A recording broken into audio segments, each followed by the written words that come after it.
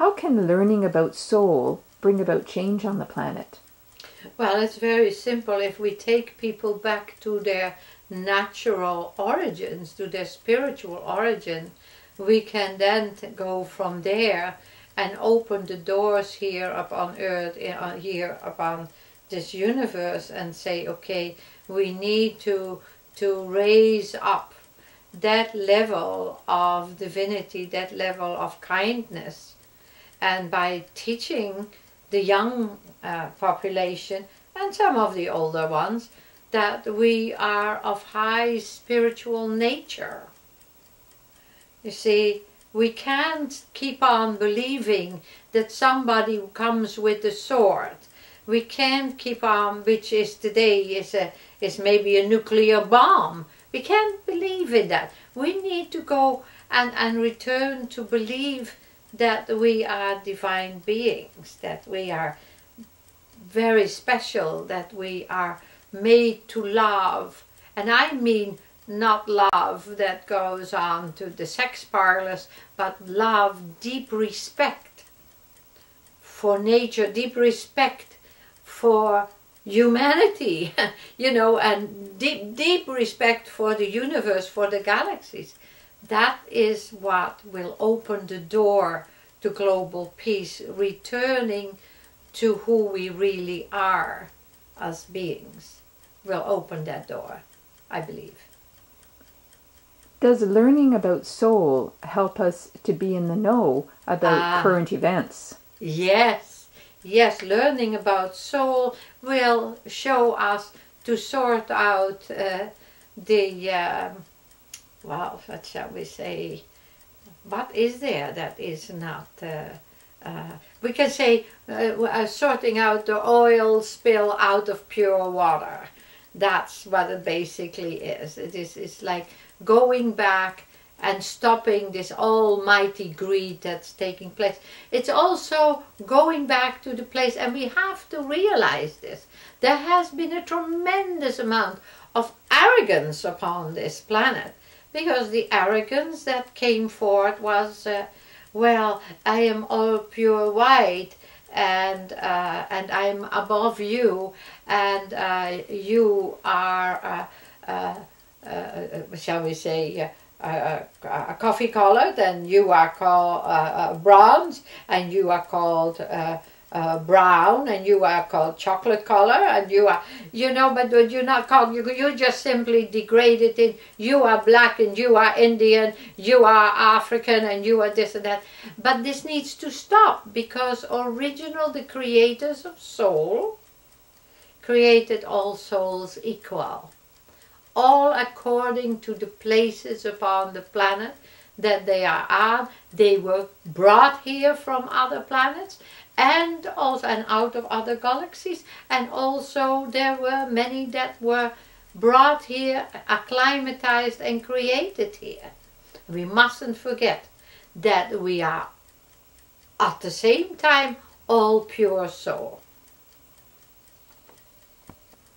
Your Holiness, you speak about life beyond life. You speak about life beyond this planet. There is not life beyond life. Life is for everlasting, life beyond your body. Yes, yes, yes, yes, yes. And that's true. And life in other galaxies, because man has become so egotistical toward it, even though at one time in historical facts they knew that there were other beings that came to this planet. We have to look at the Annunaki, you know, we have to look again at the planet Nibiru, of course, this planet Nibiru out in the universe, where so many historical facts have come from. But we also have to realize that we are living in a time where much of our scientific developments and scientific things that are up on our planet were at one time already here, this form of technology, but by the previous polar shift, this planet lost a tremendous amount of its technology and wisdom.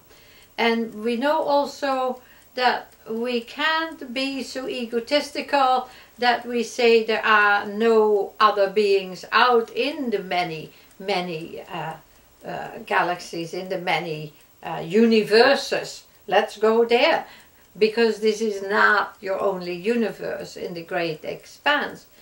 And we also have to be very aware, and I mean need to wake up to it, that these, with the technologies here upon the planet, with the satellites in the sky, in order to frighten the darn daylight out of people here upon the earth, that they will have demons running along the streets, and that they have demons descending from the sky, and that they have their multiple Marys descending out of the sky, and Quan Yins descending out of the sky, and we're going to see all this kind of hocus pocus. Even they will manufacture with their technology some form of a Jesus guy. But we have to realize something much deeper here, because of having been kept in a state of poor knowledge, of poor wisdom, suppressed by the so many religions. And yes, I'm not attacking you, because all of you were kept in the dark as well, you who are running around singing your songs, but you have come to a place now to enter into higher, greater, purer wisdom. And we know that UFOs, you know, when they say, oh yeah, this, that and the other. No, let us step back for a minute. In the 1200s there were UFOs painted in paintings. They didn't manifest there. They are in these paintings. In Italy we see paintings in the mountains, in little chapels, and all of them have UFOs in their paintings. So we need to also go and look in places in Hungary.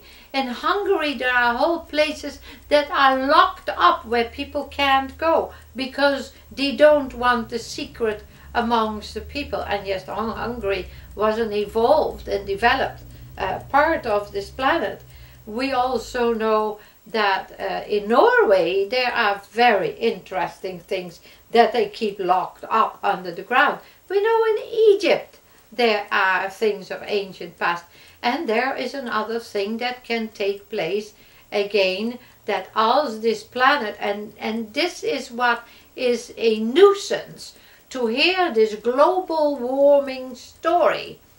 If you have been made aware that your planet every sometimes 8,000, sometimes 9,000, but most of the time about 9 to 10,000 to 12,000 years, as it has happened previously, we have either major or minor planetary adjustments, and the planet gives evidence to this. Don't buy the global warming story.